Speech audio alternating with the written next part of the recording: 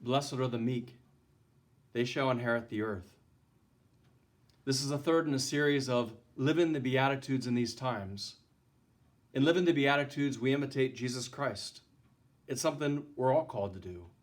It's something we can do with the help and with His grace. Recently, I heard a story about General Peter Pace. He's the former chairman of the U.S. Joint Chiefs of Staff.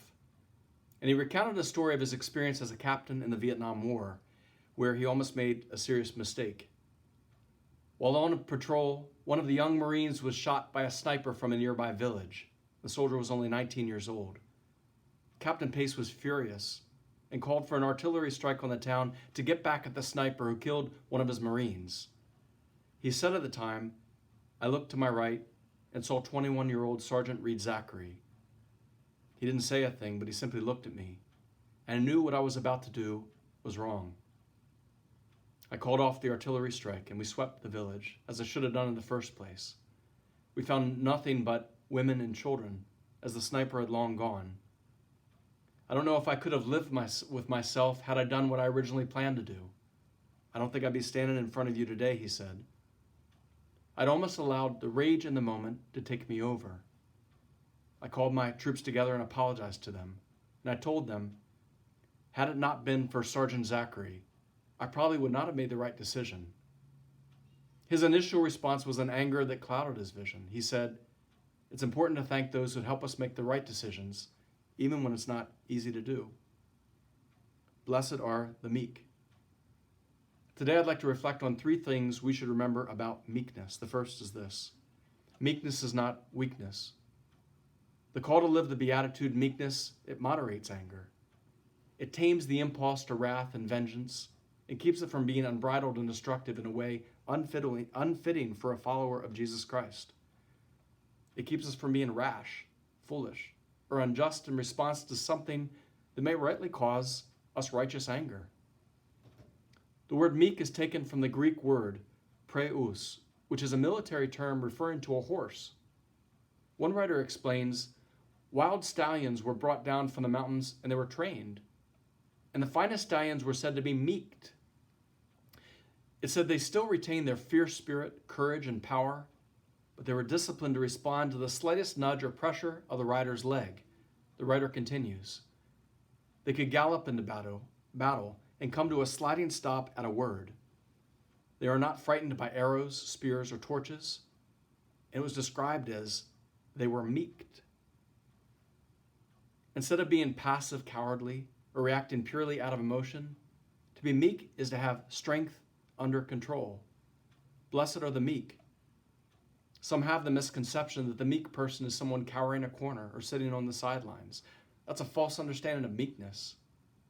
Meekness includes being willing to speak up, to stand up, and a willingness to act if necessary.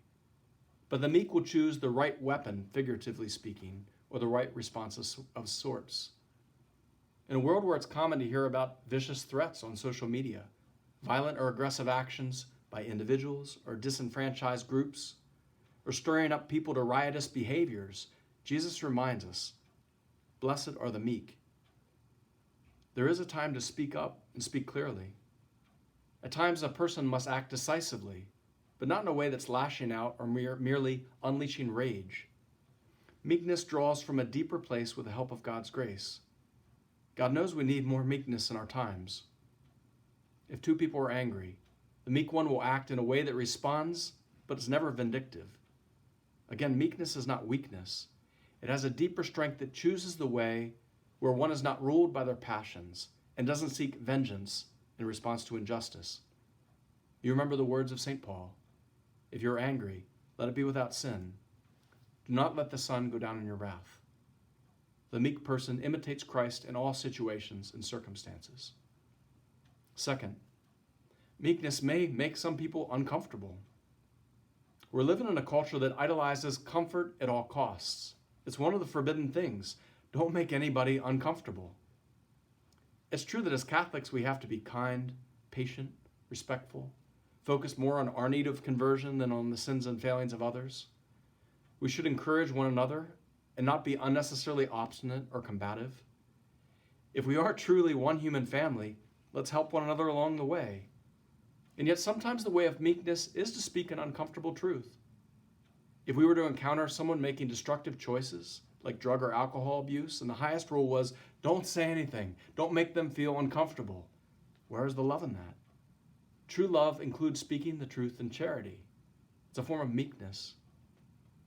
If there are structural blind spots or practices within the church, even amongst priests, bishops, or the successor of Peter, that have or continue to be ignored, fraternal correction is an expression of meekness. Without a doubt, it should be respectful, prudent, willing to give the benefit of the doubt, with a generous reading of motives, especially if one is not fully in the know. Yet it's not going to make someone always feel comfortable. It doesn't have to with meekness. As Catholics, we don't believe in relativism, as if there's no right or wrong, or things are only wrong for you or not for me.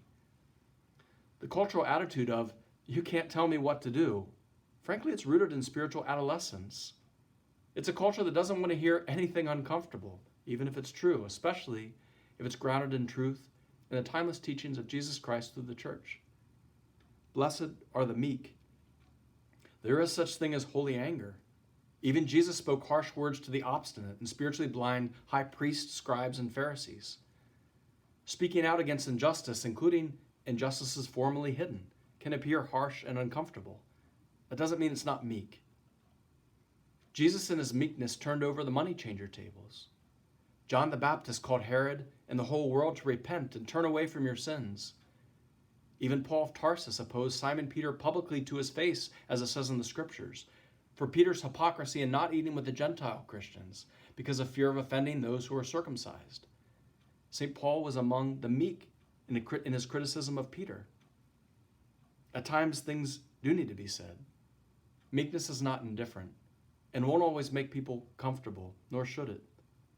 Making someone comfortable is never the true measure, it's never the true standard. Meekness is not weak or indifferent, and at times will make people rightly feel uncomfortable. Third, meekness always has to remain humble.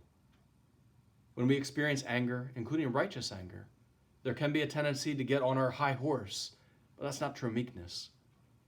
The meekness of Christ is not about getting on our high horse. It's about willing to lower ourselves like he did, as one who came riding on a humble donkey.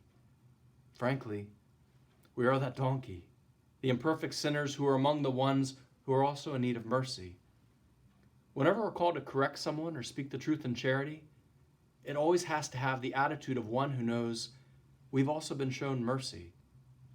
How easy it is to be indignant at the sins of others, including the sins of the shepherds, while forgetting that we too are among the debtors and the recipients of so great a mercy. Blessed are the meek. We have to remain humble in our words and actions. For this is the way of Jesus Christ, whom we're called to imitate. We can never seek to maliciously offend or seek the injury of another. That's not meekness. We can't have any sense of trying to destroy another person or seeking retaliation. That's not meekness. The meek person prays for the person, and if called to offer fraternal correction, has to do so in a spirit of gentleness, patience, and humility. It speaks the truth, but always with a spirit of love. Now that's meekness. In his book, The Introduction to the Devout Life, St. Francis of Sales reminds us, of course it is the duty to resist evil and to repress the faults of those for whom we are responsible, steadily and firmly, but gently and quietly.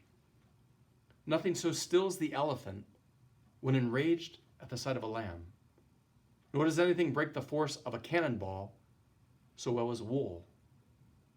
Correction given in anger, however tempered by reason, never has so much effect as that which is given altogether without anger. When it's done with anger, it's done in a way that can be odious or obnoxious, he says. But we know the call is otherwise. Living meekness isn't easy. It takes God's grace. Meekness isn't weakness. It takes a deep strength to live it fully. Meekness won't always make others comfortable. It's not supposed to, especially for those who have a hardness of heart, or those who are obstinate amidst blind spots that they may have. And if we're called to speak or act, we need to make sure that we get off any attitude of being on a high horse. as followers of Jesus Christ, we have to imitate the one who himself rode on a donkey in his meekness and allowed himself to be crucified on a cross. Do you remember the simple prayer? Jesus, meek and humble of heart, make my heart like unto thine. Blessed are the meek. They shall inherit the earth. May God bless you.